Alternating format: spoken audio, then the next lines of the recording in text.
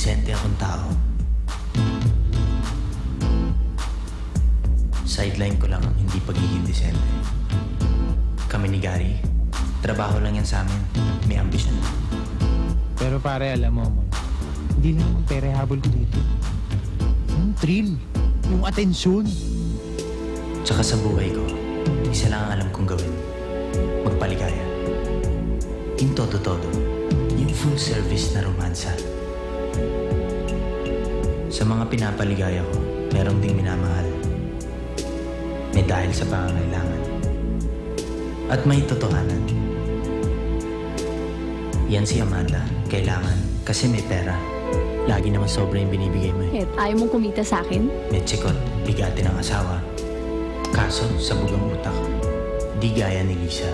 Wala kang maipipintas. Mabait. Tahimik. Pero ewan. Gustuin ko man. May kulang.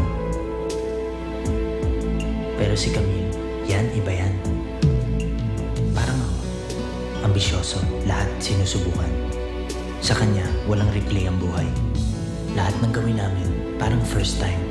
Alam kong delikado para sa atin itong ginagawa natin. Pero hindi ako makaiwas. Hindi ko maintindihan. Ang saya-saya ko sa'yo. Yung magmahal ng sabay-sabay, tatlo-tatlo, kaya naman eh. Kaso, parang langit na parang impyerno. Para kang may dalang bomba na sa isang iglap pwedeng sumabog ang lahat. Ayoko na, okay? Tama na! At sa oras na magkagulo, lahat damay, Pinagpapalit mo na ako, ha? Ayaw mo na sa akin, ha? lahat natuturete. Pinatay ni Camille si Rico. Alam kong hindi kita pwedeng banggain. Amanda, nakikiusap ako sa'yo. Tigil mo na to.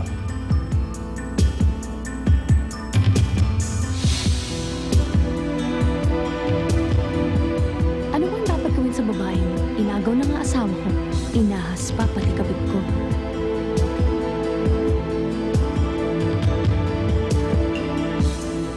Itiwan mo ako! Sisirain lang ni Mon ang buhay mo.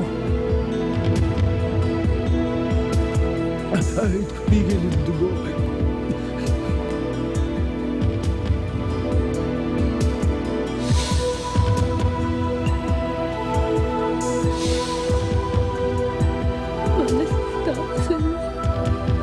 Tama na, Amanda! Oo, sige na panalo ka na, pero tama na!